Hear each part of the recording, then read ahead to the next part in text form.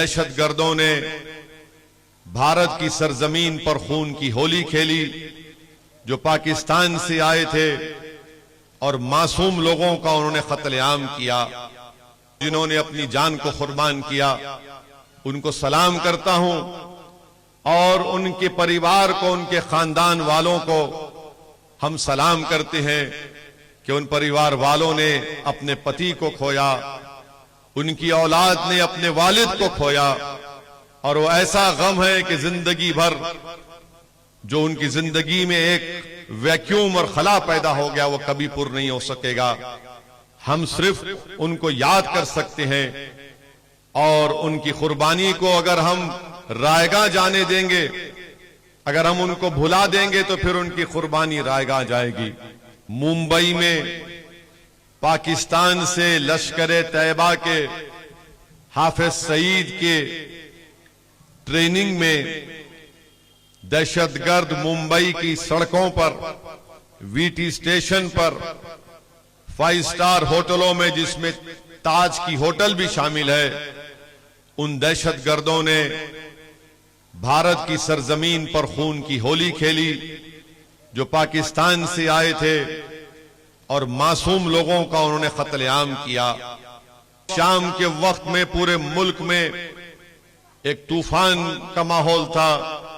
लोग वो नजारे टीवी पर देखकर परेशान थे कि आखिर ये कौन शयातीन है जो पाकिस्तान से आकर हमारे मुल्क की सरजमीन पर मासूम लोगों को अपने बंदूक और अपने बमों से उनको कत्ल कर रहे हैं।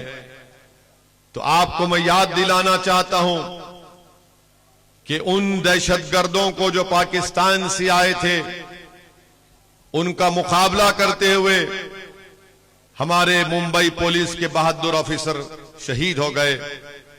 उन्होंने अपनी जान की अजीम कुर्बानी दी, जिसमें हेमंत करकरे का नाम हम कभी नहीं भूल सकते।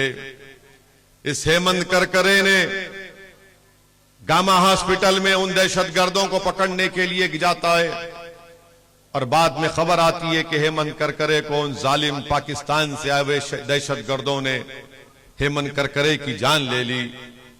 और भी कई बहादुर पुलिस ऑफिसरों ने हेमंत करकरे के साथ अपनी जान को कुर्बान कर दिया इस देश के लिए।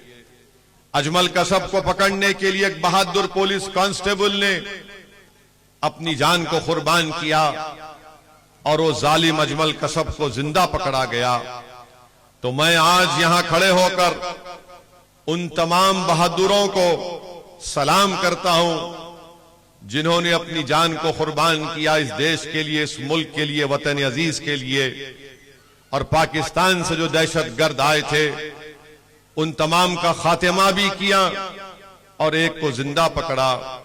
मैं हेमंत करकरे के साथ उन तमाम पुलिस के ओहदेदारों को जिन्होंने अपनी जान को कुर्बान किया, उनको सलाम करता हूं और उनके परिवार को, उनके खानदान वालों को हम सलाम करते हैं कि उन परिवार वालों ने अपने पति को खोया, उनकी औलाद ने अपने वालिद को खोया, और वो ऐसा गम है कि जिंदगी भर जो उनकी जिंदगी में एक वैक्यूम और खला पैदा हो गया, वो कभी पूर्ण नहीं हो सकेगा। हम सिर्फ उनको याद कर सकते हैं और उनकी कुर्बानी को अगर हम रायगा जाने देंगे, अगर हम उनको भुला देंगे तो फिर उनकी कुर्बानी रायगा जाएगी। तो हमको हमेशा जब नवंबर 26 आएगा, हमको नहीं भूलना चाहिए कि पाकिस्तान से दहशतगर्द आए थे और मुंबई की सड़कों पर उन्होंने शैतान का नाच किया और कई मासूम भारत के खवातीन को, महिलाओं को, बुजुर्गों को, बच्चों को अपनी दहशतगर्दी का शिकार करके उनकी जान ले ली। हम सलाम करते हैं हेमंत करकरे को। मेरे अजीज दोस्तों और बुजुर्गों, जब हम हेमंत करकरे को याद करते हैं तो भारतीय जनता पार्टी में, भाजपा में एक एमपी है, मध्य प्रदेश से एमपी है, वो भी महिला है। उन्होंने ये कहा कि मैंने हेमंत करकरे को शराब दिया था, इसीलिए हेमंत करकरे मर गया। मैं पूछना चाहता हूं भाजपा के लोगों से, क्या हेमंत करकरे को पाकिस्तान से आए हुए दहशतगर्दों ने कत्ल नहीं किया था? तो किस बुनियाद पर भाजपा की एमपी ने उस वक्त ये बयान कैसे दिया था? क्या जुर्रत उस भाजपा की एमपी की कि वो एक मुल्क के बहादुर को, जिसने दहशतगर्दों से मुकाबला करते हुए, टेररिस्ट से मुकाबला करते हुए, आतंकवादियों से मुकाबला करते हुए अपनी जान को कुर्बान कर दिया, उस हेमंत करकरे के बच्चे यतीम हो गए, उसकी बीवी बेवा हो गई, मगर भाजपा की एमपी उसने कहा कि मैंने शराब दिया था। अब आप बताइए, भाजपा जिसको पाकिस्तान के दहशतगर्दों ने मारा, वह कहती है कि मैंने शराब दिया इसलिए वो मर गए। ये देशभक्ति है भाजपा के उस एमपी की। इसका फैसला आपको करना है। मगर हम हेमंत करकरे के साथ जो हमारे बहादुर पुलिस के ओहदेदार हमारी रक्षा करते हुए, देश की रक्षा करते हुए मर गए, हम कभी नहीं भूलेंगे हेमंत करकरे को। और वो अजमल कसब, हमने भारत के कानून के तहत उसको जेल में रखा, कोर्ट में केस चलाया और उसको सजा दी, उसको फांसी दी गई थी। और जब अजमल कसब को फांसी दे दी गई तो हुकूमत ने कहा कि इसको दफनाने के लिए कब्रिस्तान के लोगों से कहा कि इसको दफना दो। मैं सलाम करता हूं मुंबई के उस कब्रिस्तान के जिम्मेदारों को, जिन्होंने कहा कि हम अपनी देश की सरजमीन इस जानवर को नहीं देंगे जिसने हमारे देश के लोगों की जानें ली, जो आतंकवादी है। मैं सलाम करता हूं, हमने अजमल कसब को भारत की जमीन में दफनाने नहीं दिया। आज ये हमारी देशभक्ति है, ये हमारी मोहब्बत है इस वतन से। क्यों ना हो हमको इस देश से मोहब्बत, क्योंकि इस देश को आजाद कराने में मौलाना अबुल कलाम आजाद ने जेल की सोबतों को बर्दाश्त किया। जौहर बरादरान ने अपनी जिंदगी के चैन और सुकून को बर्बाद कर दिया। एक भाई तो लंदन गए थे अंग्रेजों से बात करने के लिए, और उन्होंने कहा था अंग्रेजों से कि अगर मुझे आजादी नहीं मिलेगी तो मैं भारत को जिंदा जाना पसंद नहीं करूंगा। उनका इंतकाल हो गया तो उनकी लाश को बैतुल मक़दस में दफनाया गया। क्यों ना हो हमको इस देश से मोहब्बत कि हमारे बुजुर्गों ने, अल्लामा फजल खैराबादी रहमतुल्लाह अलैह ने अंग्रेजों के खिलाफ जिहाद का फतवा दिया था और काला पानी की सजा काटी। और जब उनके बेटे ने अल्लामा फजल खैराबादी के रिहाई का ऑर्डर लेकर आए तो मालूम हुआ कि अल्लामा फजल खैराबादी दुनिया से चल बसे। किफायतुल्लाह काफी ने इस देश के लिए अपना सब कुछ कुर्बान कर दिया, फांसी के पर चढ़ गए। क्यों ना हो हमको इस हमारे वतन अजीज से मोहब्बत कि जहां पर हमारे उलमाओं ने, शेख महमूदुल हसन ने, हुसैन अहमद मदनी ने, इन जिम्मेदारों ने मसाइब और मुश्किलात उठाई इस देश को आजाद कराने के लिए अंग्रेजों से। इस देश के चप्पे चप्पे से हमको मोहब्बत थी और रहेगी। हम जब पैदा होते हैं अपनी मां की कोख में 9 महीने रहकर हम इसी जमीन पर पैदा होते हैं, और जब अल्लाह की तरफ से बुलावा आता है तो हम इसी जमीन में चले जाते हैं। इस मुल्क के कब्रिस्तान भारत के अल्पसंख्यक समाज के वफादारियों की निशानियां हैं।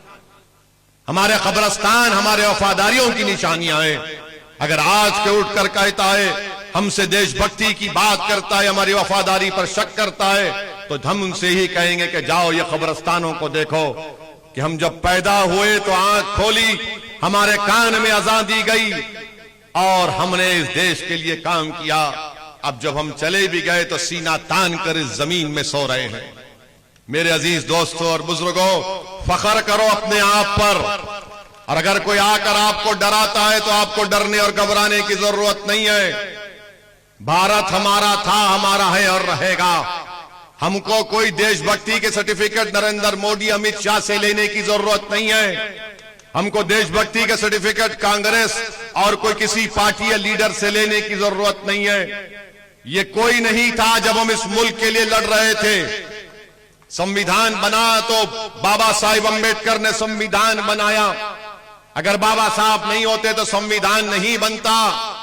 यही बाबा साहिब अम्बेडकर ने संविधान बनाया और कमजोरों से कहा, मजलूमों से कहा, दलितों से कहा आदिवासियों से कहा, अल्पसंख्यक मुसलमानों से कहा कि मैं तो संविधान बना दिया हूं, अब तुमको इस संविधान को इस्तेमाल करके अपने मुकद्दर के फैसले करना पड़ेगा, तुमको ताकतवर बनना पड़ेगा। मैं तुमको वोट डालने का इख्तियार दे रहा हूं, तुम वोट के जरिए अपनी लीडरशिप को पैदा करो, अपने कायद को पैदा करो, ताकि तुम्हारी आवाज इस देश के पार्लियामेंट और विधानसभा में गूंजे। आज अगर हमको खराजी अकीदत पेश करना है उन लोगों को जिन्होंने भारत का आईन और संविधान बनाया, तो आपको ताकतवर बनना पड़ेगा, आपको अपनी सियासी लीडरशिप को बनाना पड़ेगा, आप ही की सफों से कोई आपका लीडर बनना पड़ेगा।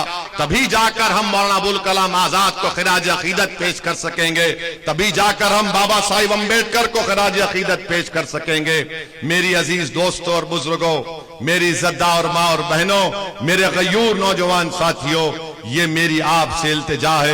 और जब संविधान बन गया, लागू हो गया इस देश में, और जो पहली संविधान की किताब बनाई गई, जो आज भी भारत के लोकसभा की लाइब्रेरी में मैंने कई मर्तबा उसको देखा, जो लोग आज आकर असदुद्दीन ओवैसी की वफादारी पर शक करते हैं, अरे सुनो कांग्रेस और आरएसएस और भाजपा वालों, जब वो पहली संविधान की किताब लिखी गई, उस किताब में कई बड़े बड़े लोगों की तस्वीर है, राम सीता की फोटो है, लक्ष्मण की फोटो है, उसमें गुरु नानक की फोटो है, उसमें बड़े बड़े इस मुल्क में जिन्होंने तारीख बनाई उनकी तस्वीर है। और आपको मालूम, उस पहली किताब में टीपू सुल्तान की भी फोटो है, टीपू सुल्तान शहीद रहमतुल्लाह अलैह की फोटो है। लिखने वालों ने, संविधान लिखने वालों ने टीपू की फोटो डाली थी, उसमें झांसी की रानी की फोटो है। आज हमसे कहती हैं कि तुम वफादार नहीं हो, अरे उस किताब लिखने वालों ने टीपू की फोटो डाली।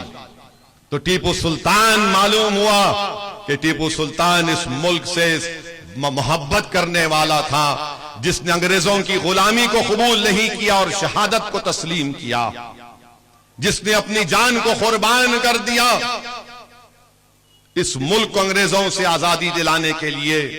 उसने कहा था कि 100 साल की गुलामी से एक दिन की आजादी बेहतर है। तो पहली संविधान की किताब में शहीद टीपू सुल्तान की भी फोटो है।